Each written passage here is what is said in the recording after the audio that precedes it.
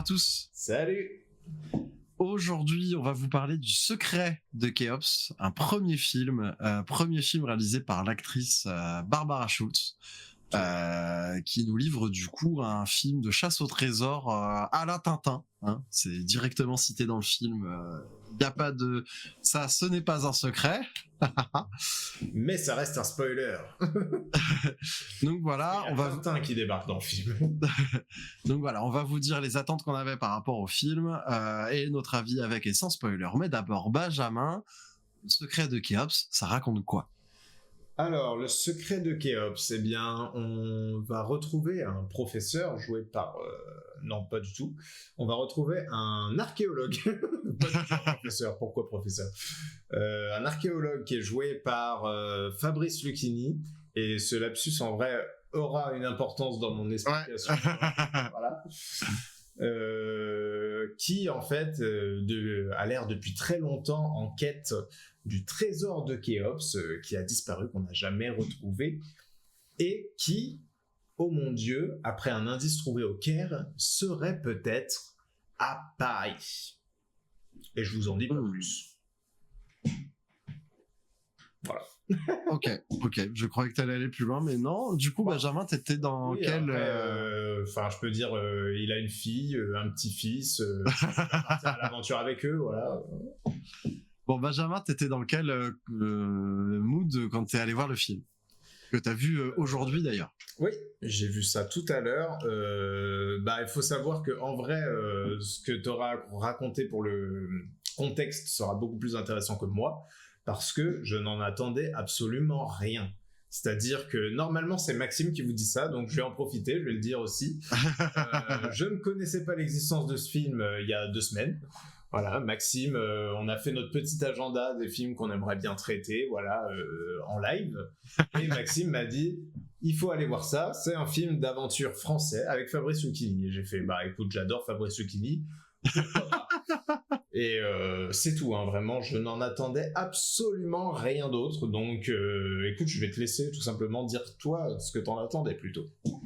Ok, alors moi de mon côté, j'ai découvert la bande-annonce il y a quelques semaines en allant au cinéma, et quelle ne fut pas ma surprise en voyant qu'effectivement c'était un film d'aventure, hein, français, et d'autant plus un film de chasse au trésor autour de l'égyptologie. C'était un peu le bingo pour moi parce que tout ce que je viens de vous dire c'est que des trucs que j'adore, au cinéma comme en littérature, comme en BD, comme en série télé. Surtout le bingo. Ouais. C'est ce que j'ai préféré. Ouais, c'est ça. Tous les dimanches à la salle des fêtes. Donc quand j'ai vu qu'on faisait ça en France, en fait, je pense que tout cinéphile a un peu ce truc-là, c'est quand il voit un truc qu'il aime, qui est rarement fait et qui d'autant plus vient de son pays, il va même pas se poser la question est-ce que c'est bien ou pas, il va aller soutenir l'initiative de base. Mm-hmm. Donc moi, j'étais clairement dans cet état. Excusez-moi. Oui, je l'ai pas pressé pour cette vidéo, mais je suis complètement malade. Je vais peut-être me moucher, éternuer et tout pendant la vidéo. Désolé. Ouais, vous allez kiffer. ASMR style. Voilà, non, vous inquiétez pas, je coupe mon micro. Donc du coup, j'étais super content qu'un film comme ça sorte et j'ai dit, vas-y, on va traiter ça, quoi. Parce que c'est vrai que sur la chaîne, on traite souvent les films connus ou justement les blockbusters, les films à récompense. Qui sortent de Cannes, d'Oscar ou de je sais pas quoi. Et j'aime bien aussi parfois qu'on aille un peu à côté, qu'on aille nous-mêmes aller chercher des petits trucs. Et là, c'était un petit truc que j'étais content de pouvoir trouver. Donc j'étais très enthousiaste avant d'aller dans la salle. Et du coup, c'est un film que j'ai vu juste avant Mickey 17, que j'ai lu. Ah, Maxime, on te voit plus. Maxime, tu as disparu. Où es-tu? Où es-tu? Allô? Ouais. C'est bon, Maxime est revenu. Revenez les amis, il est là. C'est donc un film que j'ai vu juste avant Mickey 17, j'ai enchaîné les 2 films. Donc vous savez déjà du coup ce que j'ai pensé de Mickey 17, j'ai adoré et du coup si vous avez déjà vu la vidéo du Mickey 17, vous savez aussi que j'ai déjà beaucoup aimé le film. Mais on va commencer par Ben, comme d'habitude, tradition oblige. Benjamin, qu'as-tu pensé du film que je t'ai traîné voir en salle? Bah écoute, pour commencer par... bon voilà, pour dire tout de suite, je trouve que c'est un film assez moyen. Mhm. Je vais commencer par la chose bien que je trouve au film, c'est qu'il y a une réelle volonté d'aventure. C'est vraiment un film qui veut être un film d'aventure, qui en a les codes, qui essaye vraiment en tout cas. Voilà, la musique a un côté épique. On a même que dans la façon dont c'est écrit, comment s'enchaînent les séquences, on est clairement dans un film qui se veut être un film d'aventure. Et ça, c'est quand même bien parce que bon, c'était pas forcément évident vu que c'est pas un genre qu'on fait et qu'on traite beaucoup en France, donc on pouvait voir le genre un peu saboté. Comment dire, pour faire une comparaison très rapide, vraiment très rapide, par exemple avec l'horreur en France, souvent on essaye de mettre un message social, ce qui dilue beaucoup le côté horreur fantastique du film. Et là, on a clairement un film d'aventure, alors que il aurait pu être aussi dilué dans un autre propos. Là, pour le coup, vous inquiétez pas, il n'y a pas d'autres propos. Tout va bien, on est sur un film d'aventure, on n'a pas grand-chose d'autre à raconter. Pas forcément un défaut, mais voilà. Ok. Ensuite, pour en venir à ce qui, du coup, me gêne un peu dans le film, c'est que malgré que ce soit vraiment un film d'aventure, il manque un truc, c'est le côté globetrotter, le côté vraiment voyage, qui est bon, je pense, clairement dû au budget. Je ne sais pas. Ah, c'est ce que je devais te dire. Hein. Je oui. pense clairement, vu l'envie d'aventure qu'il y a dans le film, si elle avait eu l'occasion de voyager, elle l'aurait fait. C'est ça, exactement. Donc, je peux pas, c'est pas de la faute de la réalisatrice évidemment, mais bon, du coup, c'est dans le film, donc je peux pas l'éviter, quoi. C'est présent. Quand tu vois justement autant d'envie d'aventure, mais que tu voyages pas, ça retire un petit truc, tu vois. Ne serait-ce que, je sais pas, ils auraient pu aller, je sais pas, dans des châteaux en province, tu vois, je sais pas, trouver un truc qui fait que t'as une petite sensation quand même d'ailleurs. Le dépaysement, quoi. Ouais, voilà. Là, on l'a vraiment pas, à part à la scène d'intro et la scène de conclusion. Donc ça, c'est un peu dommage, même si, encore une fois, c'est pas de la faute de la réalisatrice. Non, puis j'en reviendrai dessus après, mais je la trouve très consciente de ça. C'est-à-dire que quand tu fais un film, t'es toujours contraint par des choses, et je trouve ça toujours d'autant plus beau de la manière dont tu te défait en fait des contraintes que t'as, qui sont liées souvent à des budgets ou à des contraintes matérielles, quoi, finalement. Ouais, non, mais je comprends. Après, je trouve que bon, au pire, je te répondrai à ce moment-là quand tu donneras ton contre-argument. Ça sert à rien que je réponde à un truc que t'as pas dit. Du coup, il y a aussi le rythme des dialogues, si je peux dire, de l'humour, voilà, le rythme vocal, comment dire. Ça marche pas tout le temps. Hein. Il y a des petits problèmes au niveau du rythme dans l'écriture qui fait que même les acteurs qui sont, pour les avoir vus ailleurs, tous plutôt doués, ont vraiment du mal à délivrer, quoi, parfois. Il y a la seule... On profite pour citer un exemple, vu que c'est vraiment tout début du film. La scène où on découvre la fille, du coup, de Fabrice Lucchini. Elles sont sur un chantier, elles empêchent entre guillemets un chantier de se faire, un chantier concernant le métro parisien, parce que elles ont trouvé voilà des trucs datant de 4000 ans ou je ne sais pas quelle époque, et elle va s'embrouiller du coup avec les gars du chantier. Et vraiment, c'est d'un ridicule, mais ça ne marche pas du tout. Elle va se mettre devant lui comme ça. Et genre, en fait, la façon dont elle délivre le texte et la façon dont lui réagit et tout, ça ne va pas. Même au rythme de comment il parle, tu vois, quand t'es en embrouille, il y a une tension. Là, c'est vraiment genre, elle dit son truc, l'autre gars la regarde, il lui répond. Il y a un truc qui va pas, c'est pas vivant, c'est voilà. Et du coup, il y a plusieurs moments dans le film où j'ai un peu cette sensation d'être un peu à côté du rythme qui devrait y avoir dans le film. Mais là, du coup, pour moi, c'est des problèmes d'écriture. Donc, on rappelle, c'est un premier film, hein, tout ne peut pas être parfait. Mais du coup, grosse lacune d'écriture au niveau des dialogues, je trouve, et du rythme des dialogues surtout.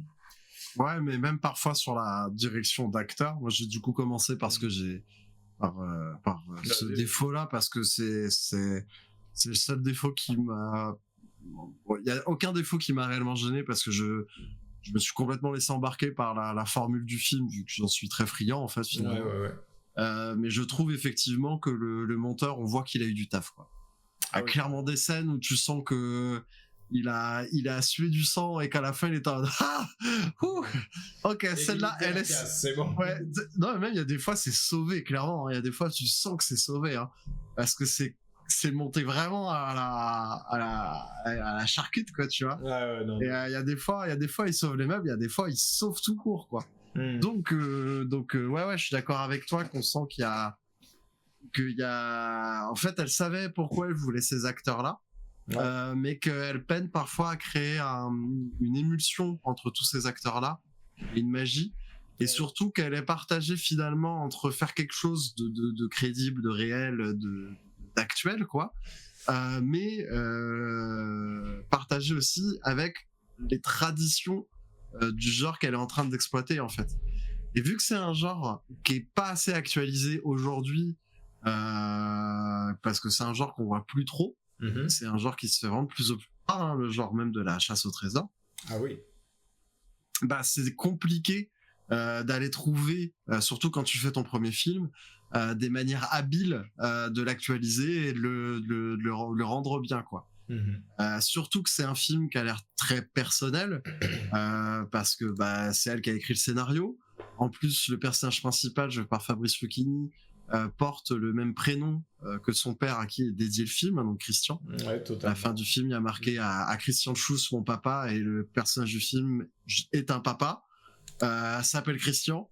Elle a écrit elle-même le scénario de son premier film. Je pense que là, on peut. Il y a des fois, Benjamin, tu me dis, mais où est-ce que tu as vu des choses personnelles dedans? Là, j'avance les preuves. Non, là, pour le coup, je n'ai pas de problème à ça. Même s'il n'y a pas de grand sujet dans le film, elle peut très bien avoir mis un truc personnel limite dans le genre du film, finalement. Bah, en fait, c'est ce que j'allais dire. Tu vois, moi, en plus, là où je suis très friand de ça, c'est que je suis un grand fan de Tintin. Ça a bercé mon enfance, même encore aujourd'hui, quand j'ai des doutes créatifs, j'ouvre une BD de Tintin. C'est toujours mon recueil, mon dernier refuge en 4 pages blanches, quoi. Un album de Tintin ou un épisode de la série animée, qui est, je crois, une des meilleures adaptations dessin animé BD qui a été faite de tous les temps. Mais du coup, moi, Tintin, c'est quelque chose en fait qui m'a été transmis de manière familiale, en fait. Ouais. Tintin fait partie de mon héritage et de mon patrimoine familial. D'accord, ouais. Si tu veux, j'ai de mon grand-père les cassettes VHS enregistrées de la première diff en 92 de la série télé de 92, avec sur la cassette collées les découpes de Télé 7 jours de l'époque, quoi. En première diff, tu vois. J'ai des éditions originales de Tintin qui viennent aussi de ma famille. Donc, du coup, ce côté filiation, même si tu comprends qu'à la fin avec le à mon papa, ça m'a d'autant plus touché parce que c'est moi aussi le contact que j'ai eu avec ce genre-là. Et après, je trouve qu'il y a beaucoup de choses qui vont paraître grossiers et pas réalistes, mais qui sont propres au genre même de la chasse au trésor. Alors, je suis d'accord, quitte à se vouloir héritier de Tintin, ça voyage pas beaucoup. Bien qu'il y ait beaucoup de Tintins qui ne voyagent pas vraiment, ou alors qu'une fois qu'ils ont voyagé, vont rester dans un seul et même endroit. Et je rappelle aussi le fameux twist du secret de la licorne et du trésor de Rackham le Rouge, où ils vont jusqu'à l'autre bout du monde pour finalement trouver le trésor chez eux, tu vois. Donc on sent que c'est cette idée-là qui a été exploitée pour faire avec le budget maigre du film, parce que je pense que c'est le film de chasse au trésor le plus bas budget que vous aurez vu. Mais à part par ce manque de voyage et ce côté globetrotter, l'absence de budget se voit pas à l'écran. C'est-à-dire qu'elle se ressent sur la globalité du film, parce qu'effectivement on voyage pas beaucoup et que tout se passe en région parisienne, mais il n'y a pas des plans qui font cheap pour autant. Il y a des idées de mise en scène qui sont chouettes, notamment le tout premier plan qui est un super appel à l'aventure. Donc, comme tout film, ça commence sur un écran noir. Et en fait, on va être de dos à un mur qui va être cassé par l'archéologue. Donc, du coup, on va avoir les petites rainures de lumière arriver au fur et à mesure. On va voir le mur tomber, on va voir le personnage principal de Fabrice Lucchini. Donc, il y a plein de petites trouvailles comme ça pour nous amener à l'aventure qui fonctionnent très très bien. Et il y a un casting assez bien avec Fabrice Lucchini. Parce que vu que la suspension d'incrédulité, elle peut être mise à rude épreuve pour des gens qui n'ont pas l'habitude de ce genre-là pendant le film. L'avantage d'un Lucchini, c'est qu'il joue un personnage qui est à fond dans ses trucs. Qui va pas écouter les autres, qui lui disent qu'il dit n'importe quoi, qui va être à fond, qui va réfléchir, qui va même pas écouter les gens parler. Il va dire j'arrive dans 5 minutes et puis il arrive 10 heures plus tard et il fait déjà nuit. Et du coup, d'avoir un personnage comme ça qui est interprété par Lucchini aide énormément le film à fonctionner. On peut dire quand même qu'il porte le film sur ses épaules et qu'il carry quand même pas mal de scènes et qu'il y a un très bon choix de casting vis-à-vis de ça. Et avant même qu'on cite explicitement Tintin, parce que Tintin est explicitement cité, alors petit spoil, coupez le son vite fait si vous voulez pas savoir, il y a une réplique des 7 boules de cristal, voilà, la réplique de la malédiction de Raskar Kapak est citée dans le film. Après il y a plusieurs péripéties qui font Tintin, je pense à notamment quand bon pareil, respoil, coupez le son, quand il y a l'antiquaire qui sort de la fenêtre, c'est clairement Tintin en Amérique qui cherche à éviter les mafieux. Donc même avant ce moment-là où je comprends que Tintin est ouvertement une référence du film, j'avais l'impression de voir en Lucchini une espèce de Tintin qui aurait vieilli, quoi. Et du coup, cet aspect-là m'a beaucoup plu. Et on reprend les récits de chasse au trésor de cette époque-là jusqu'à ce que les méchants aient une voiture de cette époque-là, quoi. C'est-à-dire que les méchants, qui sont comme par hasard des mafieux trafiquants d'art, hein, on est dans un Tintin. Cherchez pas, en fait. Elle a voulu faire un Tintin en écrivant le film. Donc on a des méchants trafiquants d'art qui ont une voiture qui est clairement les voitures qu'on voyait dans les Tintins. Donc voilà, c'est pour ça que je passe outre pas mal de défauts, finalement, parce que j'ai eu un film français qui m'a donné à voir quelque chose que j'adore et qui l'a bien fait dans la tradition des choses que moi-même j'aime voir, quoi. Disons que j'ai l'impression que je partage la même culture de la chasse au trésor et du film d'aventure avec Barbara Schultz. Et du coup, c'était un vrai bonheur de nerd, en fait, que de voir ça produit en plus par des Français. Absolument. Bon, je vais revenir quand même sur 2-3 trucs que tu as dit où je suis pas trop d'accord. Enfin, plutôt nuancé, pas d'accord, ce serait gros, mais en tout cas nuancé.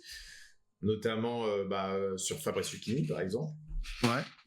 Où, pour moi, c'est une fausse bonne idée de casting, puisque, en fait, malheureusement, je vois trop Fabrice Lucchini.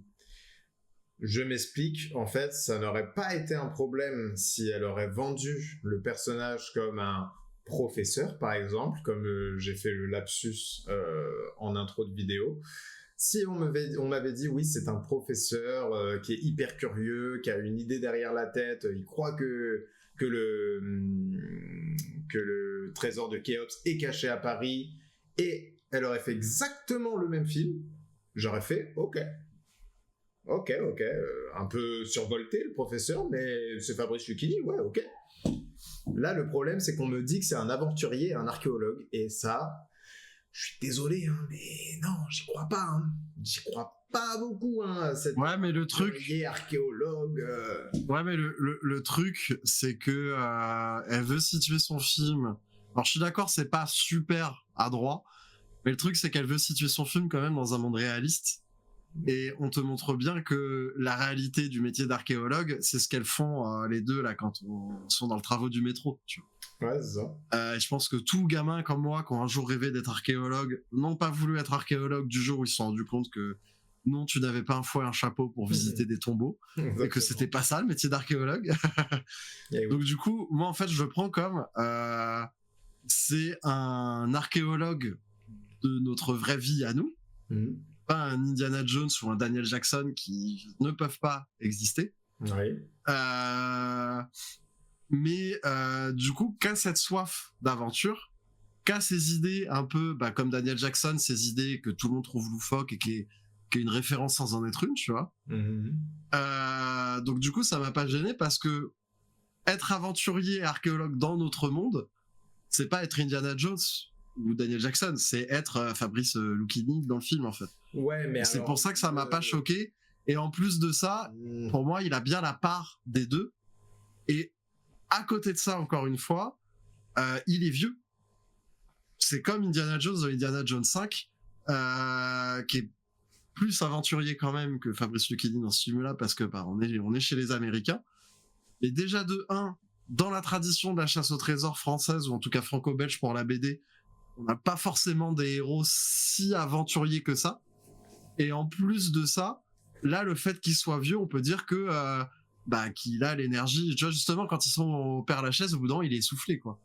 Oui, non, mais ça, pour moi, ça change rien, hein, qu'il soit vieux, pas vieux. C'est Fabrice Lucchini, et je ne vois pas Fabrice Lucchini en aventurier, point barre.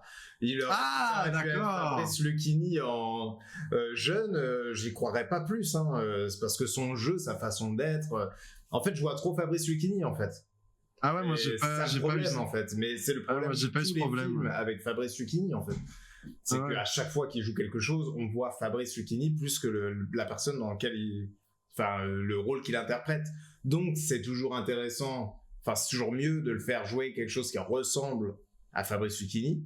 Et donc là, comme ça ne ressemble pas à Fabrice Lucchini, vu que ce n'est pas un archéologue aventurier machin, et là-dessus je suis désolé, elle essaye de faire un film réaliste en attendant, tu parlais de la suspension d'incrédulité, elle nous en fait passer des belles, tu vois, donc pourquoi pas ça, finalement. Tu vois ce que je veux finalement, dire, c'est pas passé pour toi, mais pour moi, c'est passé, justement. Oui, mais toi, t'es un fan du genre. Non, mais même vis-à-vis de Fabrice Lucchini, je parle. Vis-à-vis de Fabrice Lucchini. Je représente plus la majorité que toi, entre guillemets, sur ce qu'on peut y voir là-dessus, tu vois. Parce que... Ouais, mais justement, moi, vis-à-vis juste de Fabrice Lucchini, ça m'a l'équilibre, justement, je trouve qu'elle avait conscience de ça, qu'elle a trouvé le bon équilibre entre les deux, tu vois.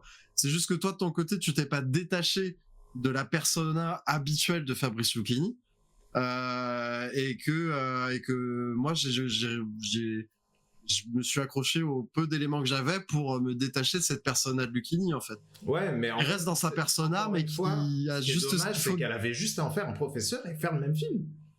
Vraiment, il y avait que ça à faire. Pour moi, ça changeait tout. Parce que t'y croyais.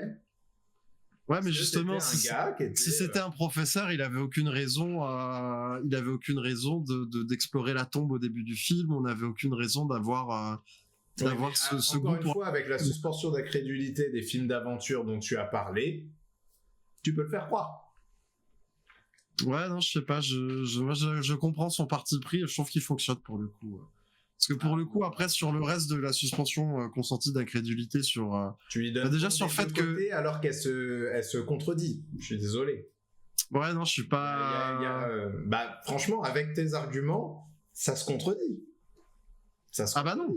Bah si. Bah non, justement. Moi, je dis... Tu dis, oui, c'est pas grave, on peut être crédule, et en même temps, elle essaye de faire du réalisme alors qu'elle veut qu'on soit crédule. Non, j'ai dit qu'elle voulait faire du réalisme vis-à-vis du métier d'archéologue, où elle resitue bien les différents métiers dans l'archéologie. Oui, mais c'est-à-dire qu'il y a l'archéologie, mais parce qu'il fallait créer une différence entre l'archéologie de bureau que fait Julie Piaton, et l'archéologie de terrain que fait Fabrice Lucchini, pour créer un enjeu dramatique autour du père et de sa fille.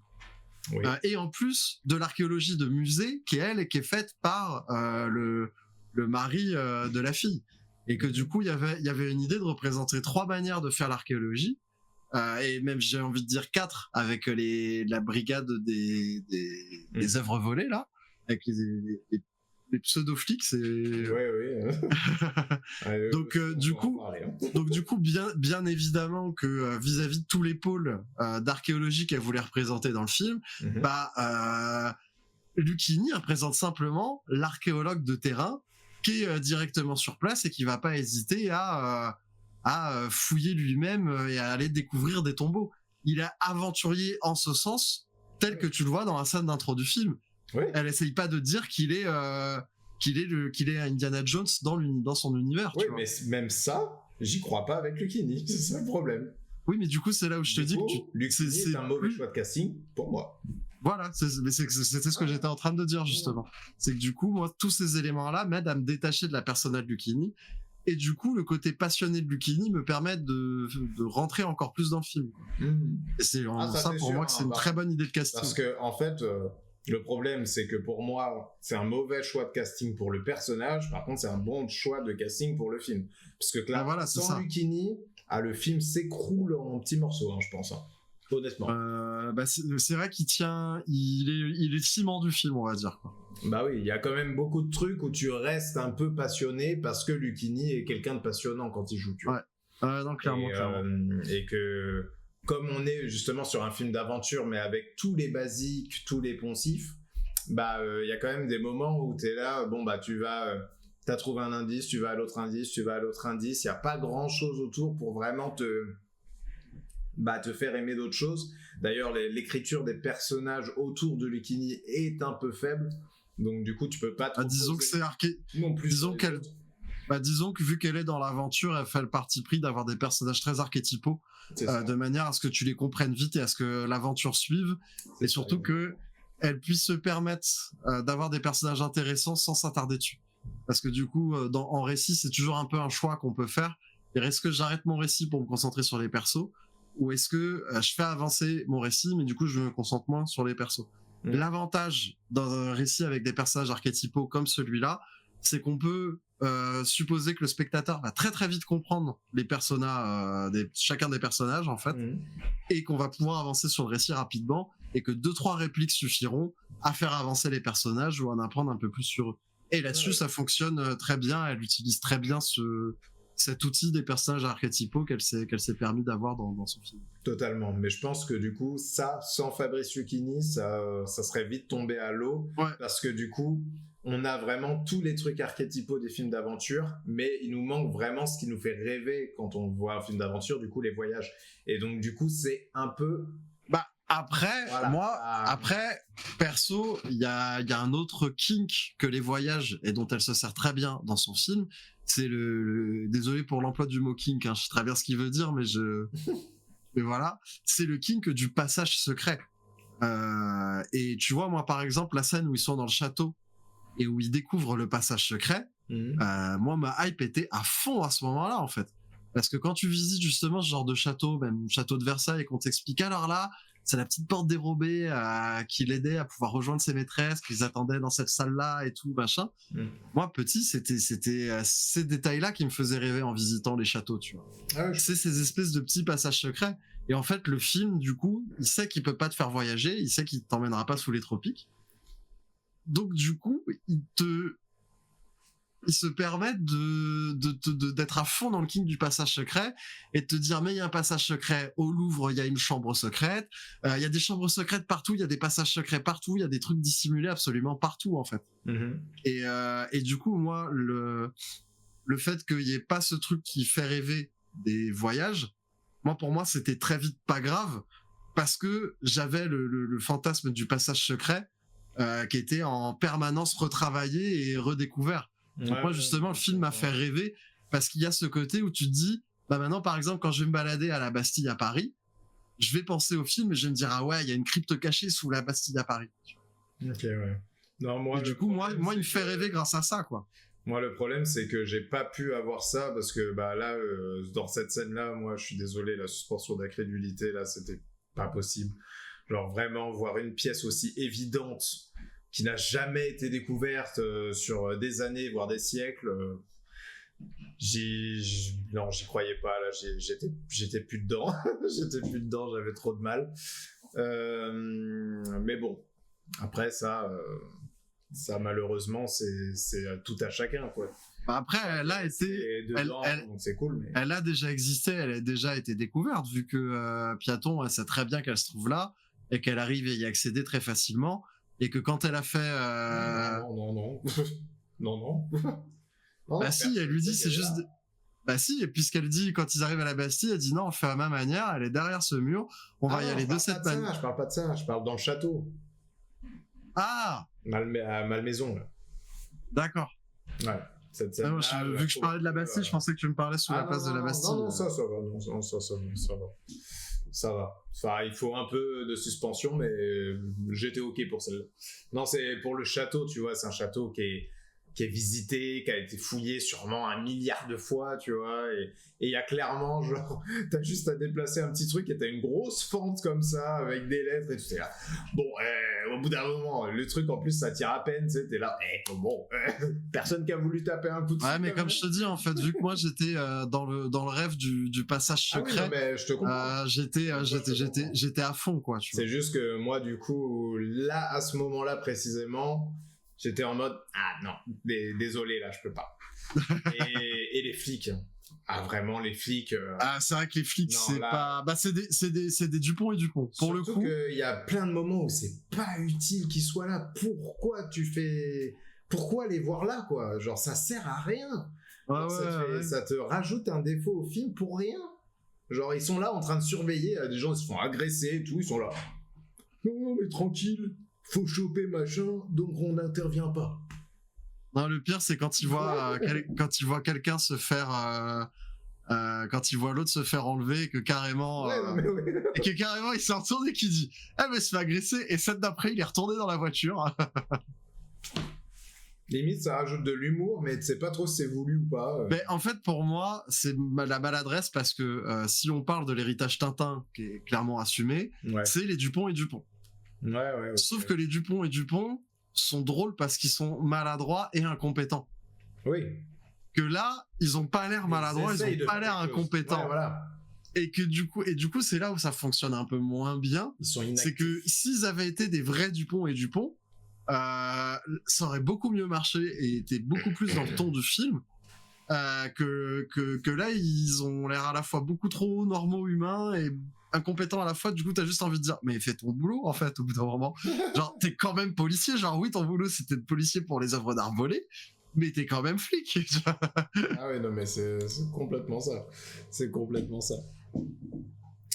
Mais après, pour relativiser, j'ai commencé en disant que c'était un film moyen. Donc après tout ce que j'ai dit de mal, il faut avouer que le film se suit bien. Genre, tu peux le regarder, ça passe tranquillement, ça se passe très bien, c'est ludique à regarder. C'est juste que, bon, bah moi, avec ma vision en tout cas des choses, il y avait plein de moments où je devais relever des choses. Où j'étais en mode, ça quand même. Voilà. Mais au final, le film passe vite, passe bien, tu passes pas un mauvais moment parce que Lucchini de toute façon arrive à t'embarquer là-dedans. Par contre, si vous aimez pas Lucchini, c'est pas la peine d'aller le voir. Ah oui, c'est mort, c'est mort d'avance. Vraiment. Si vous aimez pas Tintin non plus d'ailleurs. Clairement, il est en roue libre. Et voilà, attends, je réfléchis. Est-ce que j'avais d'autres éléments? T'as d'autres éléments, toi? Non. Puis en plus, on a fait un peu les spoils au passage. Ouais, on n'a pas spoilé, autant là que faire sans spoiler, en vrai. Ouais. On l'a pas vraiment spoilé, donc... j'ai une sensation j'oublie de dire quelque chose, mais bon. Écoutez. Non, bah après, tu dis qu'on voyage pas. Épinglé. Non, après, même si tu dis qu'on voyage pas, elle a quand même profité du seul voyage qu'elle pouvait faire pour faire le plan qu'elle devait faire pour terminer le film. Ouais. Et du coup, bien joué, j'ai envie de dire. Parce que, encore une fois, je pense que le fait qu'on voyage pas est plus une contrainte budgétaire qu'une volonté. Oui, et je pense que c'est le cinéma et aussi comment tu t'adaptes aux contraintes, comme je disais en début de vidéo. Et c'est pour ça que j'ai du mal à le considérer comme un défaut parce que vu qu'en plus elle joue sur le kink des passages secrets et qu'elle est très consciente du fait qu'on voyage pas et que sa seule carte voyage, elle l'utilise vraiment très très très très bien. Bah je peux pas le mettre en défaut de film, quoi. Ouais, bah, en gros, en fait, la vraie réponse c'est si vous êtes fan d'aventure, il faut y aller. Si vous n'êtes pas fan d'aventure, vous allez voir quand même pas mal de défauts.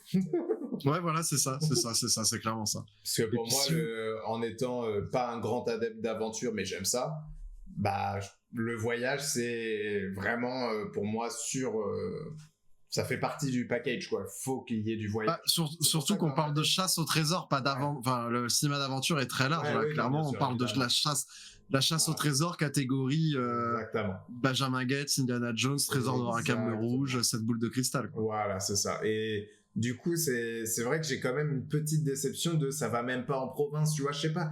Ils vont dans les montagnes dans un chalet parce qu'il y avait un indice là-bas, tu vois, je sais pas, tu vois. Mais trouver un truc qui aurait fait une variété un peu plus de paysages, parce que le problème, c'est que, le 3/4 du film, on est à Paris, quoi.